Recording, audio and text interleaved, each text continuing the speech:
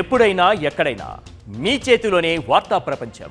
మీ మొబైల్లో, మీ కంప్యూటర్లో, మీ టీవీలో సాక్షి టీవీ డిజిటల్ ప్రసారాల కోసం లాగిన్ అవ్వండి. www.youtube.com/సాక్షి టీవీ. సబ్స్క్రైబ్ సాక్షి టీవీ యూట్యూబ్ ఛానల్.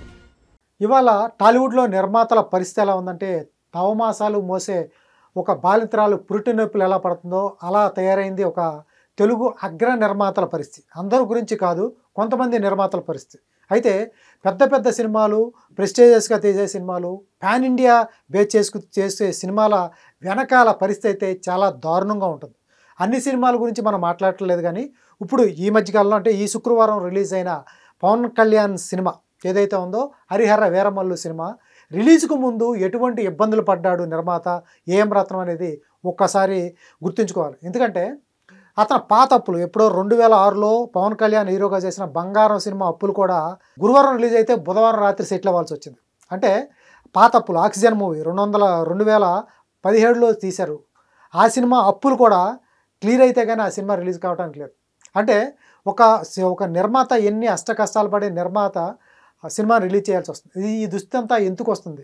నిర్మాతలు ఎందుకు తీయాల్సి వస్తుంది? ఇంత భారీ బడ్జెట్లు పెట్టి సినిమాలు తీస్తే ఈ పాత అప్పులన్నీ ఎందుకు వెంటాడుతున్నాయి, అసలు ప్రాబ్లం ఎక్కడ జరుగుతుంది అనేది మనతో మాట్లాడటానికి ప్రముఖ నిర్మాత, దర్శకులు సునీల్ కుమార్ రెడ్డి గారు ఉన్నారు. ఆయన అడిగి మరిన్ని విషయాలు తెలుసుకుందాం. హాయ్ సార్, నమస్తే.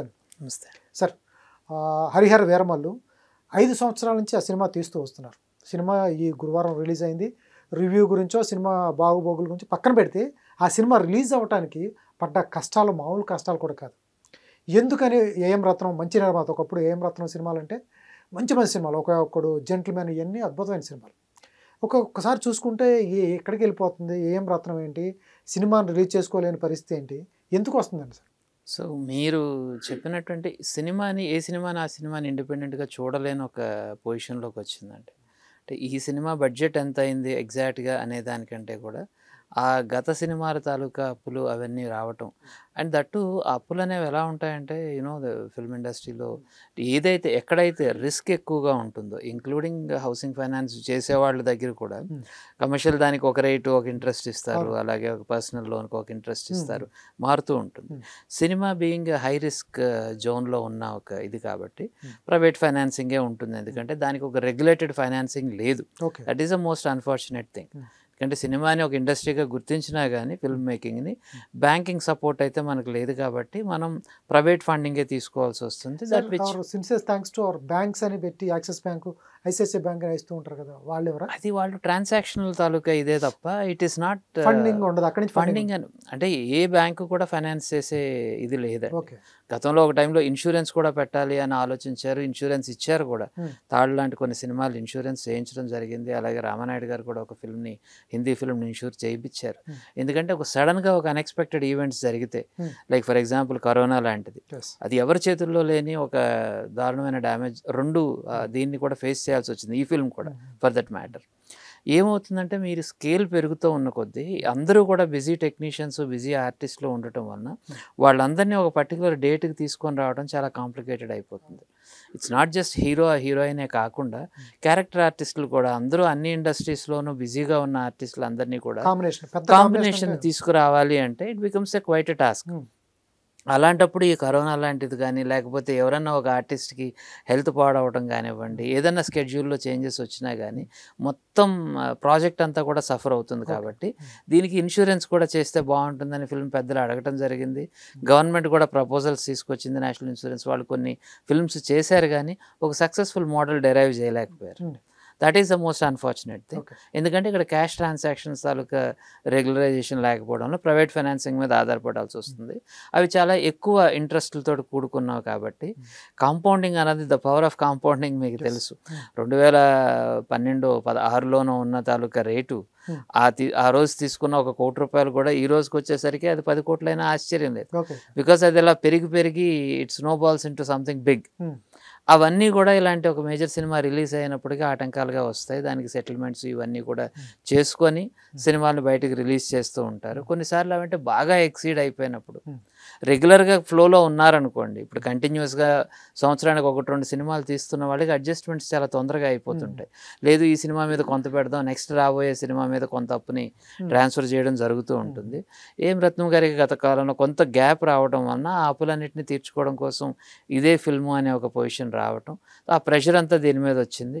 అన్ఫార్చునేట్లీ ఫర్ దట్ ఫిల్మ్ 2 కరోనాలు దానికి ఫేస్ చేయటం కానీ, ఈ డేట్స్ ఇలాంటిది ఒక పెద్ద స్కేల్లో చేసేటప్పుడు జరిగిన అన్ని ప్రాబ్లమ్స్ని కూడా ఆ సినిమా ఫేస్ చేయాల్సి వచ్చింది. ఎక్కడ సార్ ఎక్కడ బంగారం 2006లో బంగారం పవన్ కళ్యాణ్ చేసింది, తర్వాత వాళ్ళ అబ్బాయి చేసింది, వాళ్ళ చిన్న కొడుకు చేసింది బంగారు కొడుకు, దాని తాలూకు 90 లక్షలు. తర్వాత ఆక్సిజన్ 2017లో గోపీచంద్ హీరోగా వాళ్ళ పెద్ద అబ్బాయి హీరోగా చేసిన ఆక్సిజన్ సినిమాకి 2.6 crores.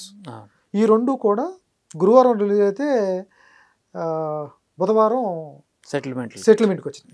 అంటే ఎప్పుడు సినిమాలు ఎప్పుడు సెటిల్మెంట్కి వస్తాయి సార్? అంటే అవి రిలీజ్ టైంలోనే మనం ఆపగలుగుతాం సార్. రిలీజ్ టైంలోనే వాళ్ళకి ఒక మెరిట్ ఉంటుంది. లేకపోతే మీరు అడిగి తీసుకోవడం కోసం ఏదన్నా కొలాటరల్ పెట్టుంటే బ్యాంక్స్ లాగా దాని మీద మనం క్లెయిమ్ చేయడం కోసం, ప్రొడక్షన్లో ఉండే బ్యూటీ కానీ రిస్క్ కానీ ఇదేనండి. మీరు చేయబోయే నెక్స్ట్ ప్రాజెక్ట్ మీద, ఫర్ ఎగ్జాంపుల్ ఈ సినిమాలో కానీ రాబోయే ఏదన్నా సినిమాలో ఒక డెఫిసిట్ వస్తే అది తన తర్వాత సినిమాలో మాత్రమే క్లియర్ చేసుకునే ఒక వెసులుబాటు ఉంటుంది. సో వాళ్ళు అంటిల్ అండ్ అన్లెస్ ఈ రోజు అయితే కొలాటరల్ కూడా అడుగుతున్నారు, ఈవెన్ ఫైనాన్సర్స్ కూడా. అంటే సినిమా మీద కాకుండానే ల్యాండ్ ఏదో ఒకటి వాళ్ళు తీసుకోవడం వలన అది అక్కడికక్కడ ఆఫ్సెట్ అయిపోయే అవకాశం ఉంటుందండి.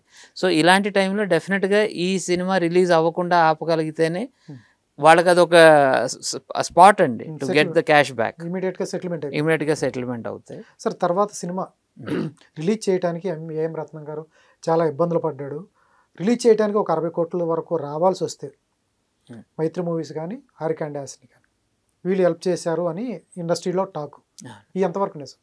కుడ్ బి అండి. ఎందుకంటే ఇండస్ట్రీ అన్న తర్వాత అందరూ ఒకరికొకరు కావాల్సి ఉంటారు. అందరూ ఏదో ఒక శుక్రవారం లేకపోతే గురువారం బుధవారం టెన్షన్లో పడుతూ ఉంటారు. So people bail out each other. మన ఫ్రెండ్ సర్కిల్లో ఉన్నప్పుడు లేదా ఒక సేమ్ ఇండస్ట్రీలో ఉన్నప్పుడు, ఎందుకంటే సినిమా అన్నది ఓవరాల్గా సర్వైవ్ అవ్వాలి. ఈ ఓవరాల్ చైన్లో ఇట్ ఈస్ నాట్ జస్ట్ ఒక ప్రొడ్యూసర్ మాత్రమే కాదు, దాని చుట్టూ ఉండే డిస్ట్రిబ్యూటర్స్ ఉంటారు, ఎగ్జిబిటర్స్ ఉంటారు. ఇదంతా ఒక క్యాష్ ఫ్లో అవుతుందండి. Whatever the result of a particular big film, చాలా హ్యూజ్ క్యాష్ ట్రాన్సాక్షన్ జరుగుతుంది, పబ్లిక్ నుంచి ఇండస్ట్రీకి వస్తుంది.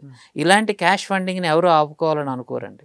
సో ఏదో ఒకలాగా దీన్ని బయట పెట్టాలి, సో దట్ మనకు పబ్లిక్ నుంచి వచ్చే క్యాష్ని మళ్ళీ ఇండస్ట్రీలో ఒక ఫండింగ్ అవుతుంది, కాబట్టి రొటేషన్ చేయడానికి అవకాశం ఉంటుందండి. We definitely need rotation money, అది జనం ఇవ్వాల్సిందేనండి. సార్ ఎందుకంటే ఉస్తాద్ భగత్ సింగ్ మైత్రి మూవీస్కి పవన్ కళ్యాణ్ చేస్తున్నారు కాబట్టి, మైత్రి మూవీస్ వాళ్ళు ఒక అమౌంట్ ఏదైతే ఇప్పుడు కట్టాల్సిన లిక్విడ్ అమౌంట్ ఒక 60 వరకు కట్టాల్సిన అమౌంట్, ఏం రత్నం గారు కట్టాల్సిన అమౌంట్ని మైత్రి మూవీస్ వరకు కట్టి నైజాంలో రిలీజ్ చేశారనేది ఇండస్ట్రీలో వస్తున్నమాట. పవన్ కళ్యాణ్ వాళ్ళకి సినిమా చేస్తున్నాడు కాబట్టి ఉస్తాద్ భగత్ సింగ్, దీని మధ్యవర్తిత్వంగా పవన్ కళ్యాణ్ ఉండి ఇదంతా ఏదైతే ఏం రత్నం కొంచెం ఇబ్బందులో ఉన్నాడు, ఆర్థిక పరంగా ఇబ్బందులో ఉన్నాడు, పవన్ కళ్యాణ్ ఇనిషియేట్ తీసుకుని సినిమా రిలీజ్ అవ్వడానికి ప్రెస్ మీట్లకు రావటం. ఎప్పుడు అతను ప్రెస్ మీట్లకు రాలేదు, ఎప్పుడు ప్రీ రిలీజ్ ఎప్పుడో 1-2 తప్ప ప్రెస్కి Q&Aలో కూడా ఎప్పుడు పాల్గొనలేదు అతను. అటువంటిది ఏం రత్నం కోసం రావడం జరిగిందన్నారు. అది ఎంతవరకు కరెక్ట్ నిజమని మాకు తెలిసింది నెట్లో చూసుకోవటం, ఎందుకంటే మైత్రి మూవీస్తో మనకు డైరెక్ట్గా మాట్లాడింది లేదు, న్యూస్లో చదివింది. న్యాచురలీ మనకు తెలిసేవన్నీ కూడా అవుట్ సైడ్ ఒక చిన్న స్పెక్యులేషన్స్ నుంచి వచ్చే ఇన్ఫర్మేషన్సే. ఎగ్జాక్ట్గా ఏం జరిగింది అనేది ఎవరైతే బోత్ ద పార్టీస్ ఉంటాయో వాళ్ళకి మాత్రమే తెలిసే అవకాశం ఉంది. ఏ హీరో అయినా కానీ ఫర్ దట్ మ్యాటర్, ఒక సినిమా నిలబడాలి అంటే చేయవలసిన ప్రమోషన్లో తను పార్టిసిపేట్ చేసి, తన ప్రొడ్యూసర్ ఎవరైతే ఉన్నారో వాళ్ళు బాగా కోరుకోవాలి అనే ఒక ప్రయత్నం చేయటం, ఆ సినిమాని అంత సాఫీగా సక్సెస్ఫుల్గా రిలీజ్ చేయడం కోసం తన వంతు పాత్ర పోషించడం అన్నది హర్షించదగ్గ విషయం అండి. అండ్ మీరు అన్నట్టు ఇట్ వాజ్ అంతకుముందు ఉన్న బజ్ కంటే కూడా దీనికి చాలా ఎక్కువ బజ్ క్రియేట్ అయింది, బికాస్ పవన్ కళ్యాణ్ గారు డైరెక్ట్గా ప్రమోషన్స్లో ఇన్వాల్వ్ అవ్వటం వలన. యాజ్ యూ నో దట్ మనం ఏ ఫంక్షన్లోకి వెళ్ళినా కానీ సార్ ఓజీ ఫిల్మ్కి సంబంధించిన క్రేజ్ ఏదైతే ఉందో అలాంటి క్రేజ్ ఈ సినిమా సంపాదించుకోలేకపోయిందని producer and director themselves accepted. So అలాంటి దాన్ని ఒక రివైవ్ చేసి ఆ ఇంట్రెస్ట్ని, ఆ యుఫోరియాని తీసుకురావడం కోసం డెఫినెట్గా ఇట్స్ అ గుడ్ థింగ్ అండి. అలా ప్రతి ఆర్టిస్టు కూడా ప్రొడ్యూసర్ బాగా కోరుకుంటే అండ్ ప్రతి టెక్నీషియన్ కూడా అంతే జాగ్రత్తగా ఉంటే కాస్ట్ ఫెయిల్యూర్స్ కాకుండా సినిమాలను కాపాడొచ్చు అండి. ద మేజర్ ప్రాబ్లం ఏంటంటే ఇక్కడ మీరు చెప్తున్నట్టు చాలా సినిమాలు రెవెన్యూ కలెక్ట్ చేస్తున్నాయి. ఇంత ఎలాంటి ఒక నెగిటివ్ టాక్ ఉన్న ట్రెండ్ ఉన్నా కానీ లేకపోతే బజ్ తక్కువ ఉన్నా కానీ ఒక మంచి కాన్సెప్ట్ మీద తీసుకొచ్చారు అనే ఒక ఫీలింగ్ రాగానే they are giving money, huge money అయితే ఇస్తున్నారండి. బట్ ఆ మనీ కంటే ఎక్కువ ఖర్చు పెట్టడం వలన కాస్ట్ ఫెయిల్యూర్స్ అవుతున్న సినిమాలు చాలా ఉన్నాయి. సో టెక్నీషియన్స్ అలాగే ఆర్టిస్టులు కూడా వాళ్ళ వలన ఎలాంటి వేస్ట్ కాకుండా చూసుకోగలిగితే ప్రొడ్యూసర్స్ డెఫినెట్గా ఇంకా ఎక్కువ సినిమాలు తీసే అవకాశం ఉంటుందండి. సార్ ఇది మీరు చెప్పొచ్చో లేదు, ఫైనాన్స్ ఎలా ఉంటుంది సార్? రేట్ ఆఫ్ ఇంట్రెస్ట్ ఎలా ఉంటుంది? ఒక రకంగా ఉంటుందా లేకపోతే పెద్ద సినిమాలు పెద్ద స్కేల్ ఆఫ్ ఇది 120 కోట్ల బడ్జెట్ అంటున్నారు, 5 years చేశారు, తర్వాత 100 కోట్లు దాటిన సినిమాలు 200 కోట్లు దాటిన సినిమాలు, ఇండస్ట్రీలో ఇంట్రెస్ట్ రేట్లు ఎలా తీసుకుంటారు?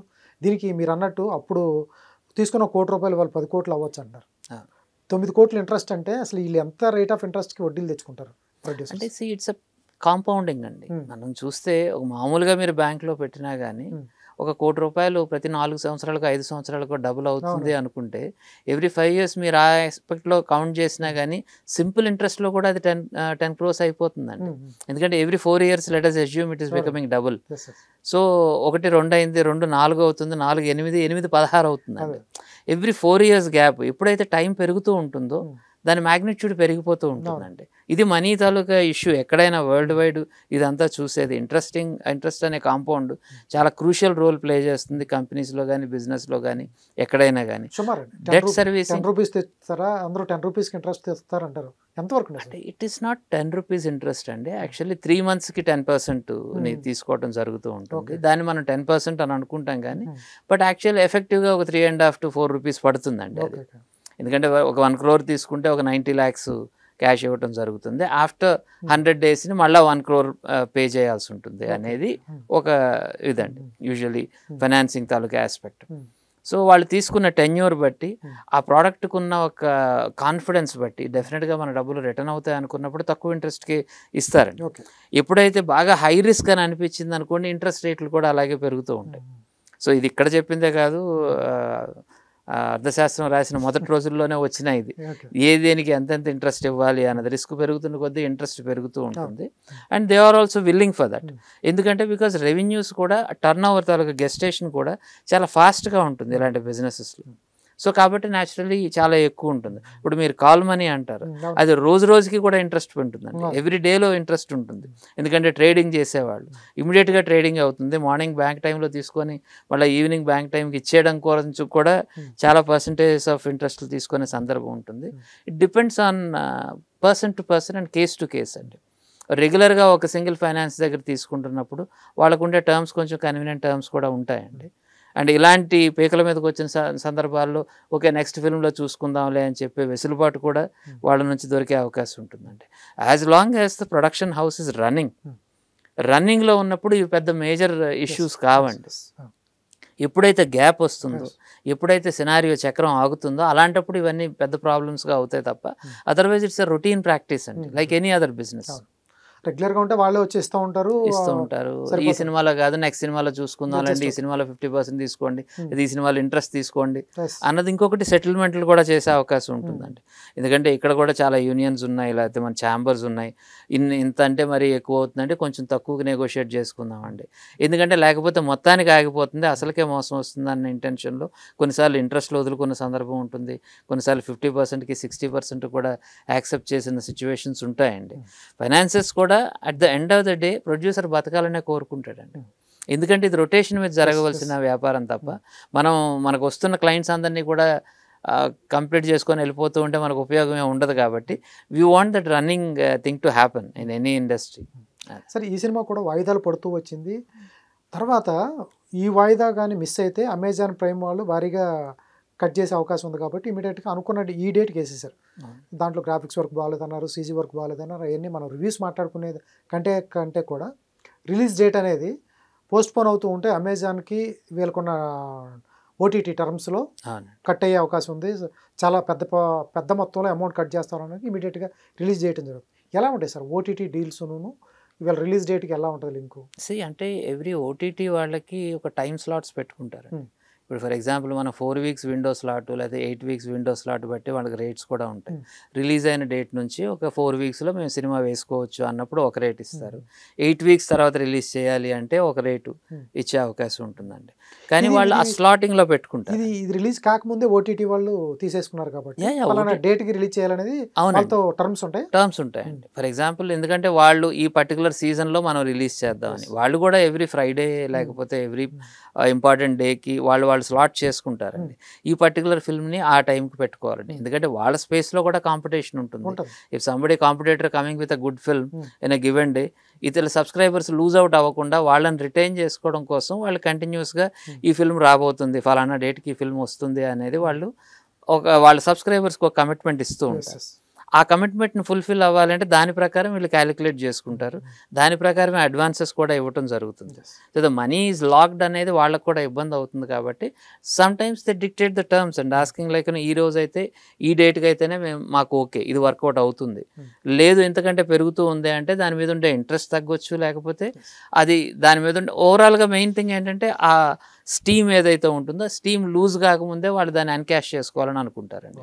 At the end of the day it is business అండి. Everybody wants to survive. అది తప్పేమీ కాదు, ఇటు సైడ్ అయినా అటు సైడ్ అయినా. Thank you sir. ఇది నిర్మాతలు పడే కష్టాలు. ఎందుకంటే ఒక సినిమా తీస్తున్నారంటే వాళ్ళు కూడా ఎండ్ ఆఫ్ ద డే డబ్బుల కోసమే చేయాలి, బిజినెస్ కోసమే చేయాలి. వాళ్ళు కాంబినేషన్ చుట్టూ తిరిగినా ఏది చేసినా కూడా సమాజాన్ని ఉద్ధరించడానికి ఏం కాదు, వాళ్ళు డబ్బులు సంపాదించడానికే. సినిమా అనేది వ్యాపారమే. ఎండ్ ఆఫ్ ద డే వచ్చేటప్పటికి ఒక అమెజాన్ ప్రైమ్లో కానీ నెట్ఫ్లిక్స్లో కానీ ఒక డేట్ ఫిక్స్ అయితే వాళ్ళకు డేటు అనుకుంటే ఆ డేట్కి రిలీజ్ చేయాలి తప్ప దానికి వాయిదా వేస్తూ వస్తే వాళ్ళు కూడా అమౌంట్ కట్ చేయడం జరుగుతుంది. అలాగే పాత సినిమా ఎప్పుడో రన్నింగ్లో ఉండే నిర్మాతలకైతే ఈ అప్పుల ప్రాబ్లమ్స్, పాత బకాయిల ప్రాబ్లమ్స్ అయితే ఉండవు. కానీ ఎప్పుడైతే నిర్మాతకు బ్రేక్ వచ్చిందో 2-3 months 2-3 years కానీ 4-5 years కానీ బ్రేక్ వచ్చిందంటే పాత తాలూకు అప్పులు ఎలా వేధిస్తాయి అనేది మనం హరిహర వీరమల్లు ఏఎం రత్నం గారికి ఈ మధ్యకాలంలో జరిగిన సంఘటనలే మనకు తెలుస్తూ వస్తున్నాయి.